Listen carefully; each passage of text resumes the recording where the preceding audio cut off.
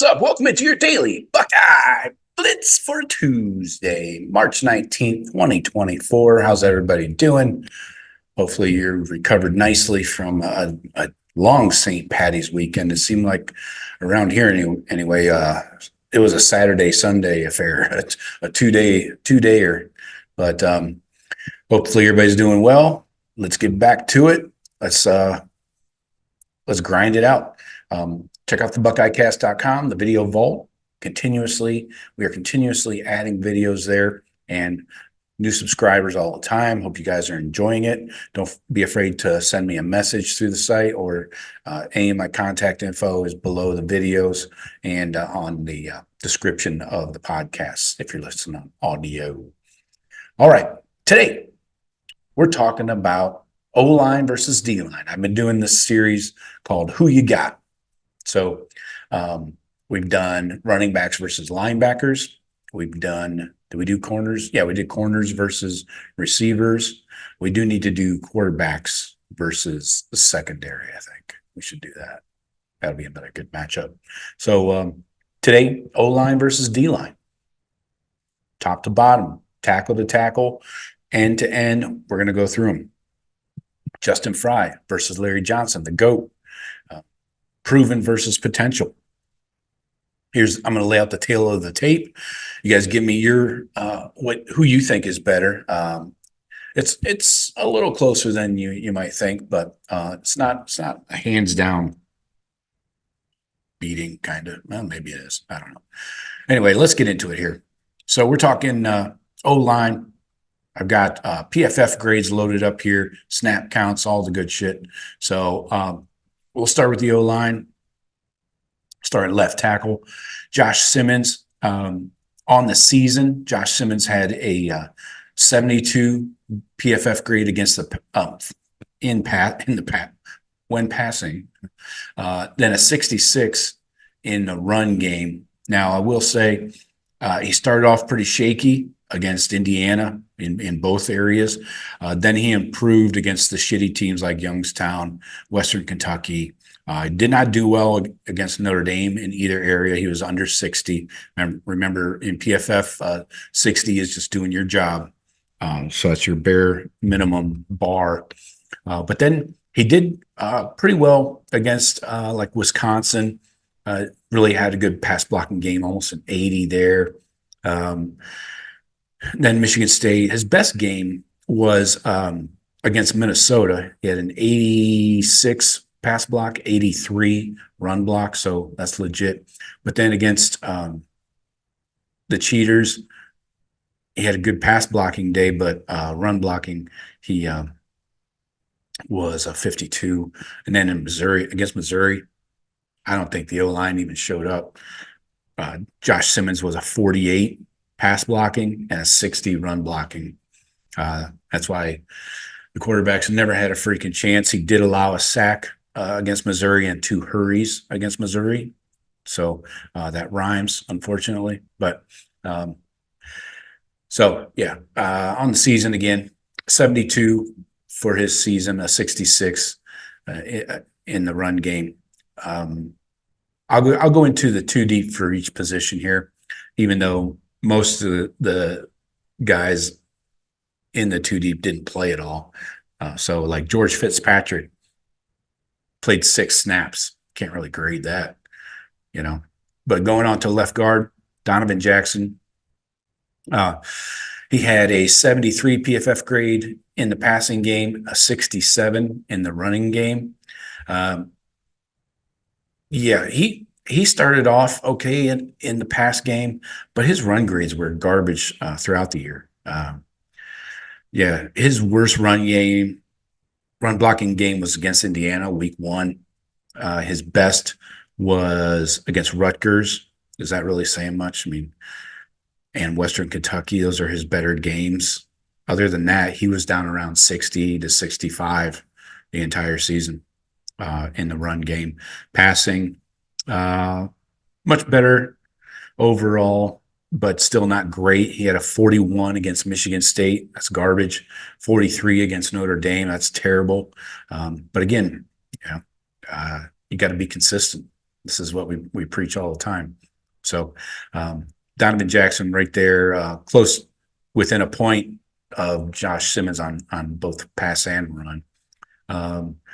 Austin Sareveld looks like he's in the 2 deep this spring, but he had no snaps last year, so we can't really grade him. Moving on to the center position. Now, this one's tricky because we got like a two-headed monster as of right now.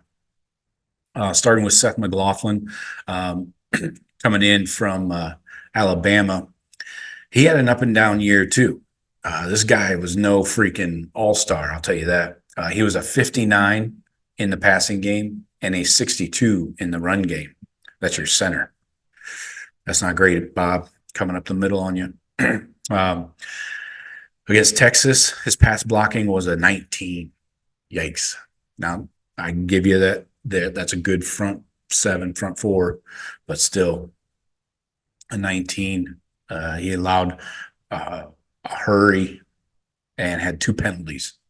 So I'm not going to get into the bad snaps. I don't know if we have a stat category for that. But anyways, yeah, his run blocking was subpar the entire season. His worst was a 52, 53 against Texas A&M. His best was a 70 against Tennessee. But other than that, it's a lot of 60s and below. Pass blocking, that was against the run. Pass blocking, his best game was, looks like, against Chattanooga. Good job, an FCS team, dude. That was a 79. His worst was, like I mentioned, against Texas, but then even against the Cheaters in the playoffs, he had a 38 pass blocking. He allowed a sack in that game, and we remember the freaking rolling snaps. He also had a penalty, so that'll ding you big time. So not a huge upgrade from our guy here, Carson Hinsman. He had a 42 on the season in pass blocking and a 53 in run blocking. So I guess McLaughlin's better, kinda. Not great. But Hinsman, terrible against Notre Dame in the pass protection. He had a 9, single digit pass grade. Then a 17 against Michigan State. Freaking Michigan State, yeah. A 39 against Penn State. So obviously, if he takes on somebody with a pulse, he's terrible, you know. Even with the Cheaters, he had a 61 pass blocking, but he allowed a hit on the quarterback. Then in the run blocking on the season, Hinsman had his lowest was a 45 against Wisconsin, and his highest was a 69. Nice against Indiana week 1. But other than that, it's a lot of below 60s in both categories. So, yeah, I don't know about center, man. You might want to continue looking in the portal. Anyway, that's that. Right guard, looks like right now I'm penciling in Luke Montgomery at right guard. He only had 44 snaps last year, but we'll go ahead and look at his grades here. He had a 67 pass blocking, 69, nice, in run blocking. So he only played in 2, 4, 6, 9 games. The most snaps he had was against Western Kentucky. He had 12. He graded out an 82 in the run blocking, a 53 in pass blocking. But he did well against Purdue. He had a 75 pass blocking. Minnesota, a 73 pass blocking and a 64 run blocking. He played 10 snaps there. He was at right tackle. He also had a couple snaps. He had 17 snaps all for the season as an extra tight end in that Bison package. But most of the time he was playing right tackle. Yeah, he had 27 snaps as a right tackle. So good. I mean, you don't have this wide range of good and bad like you do with Hinsman and McLaughlin and the other guys. It's a range of, 46 run block up to an 82.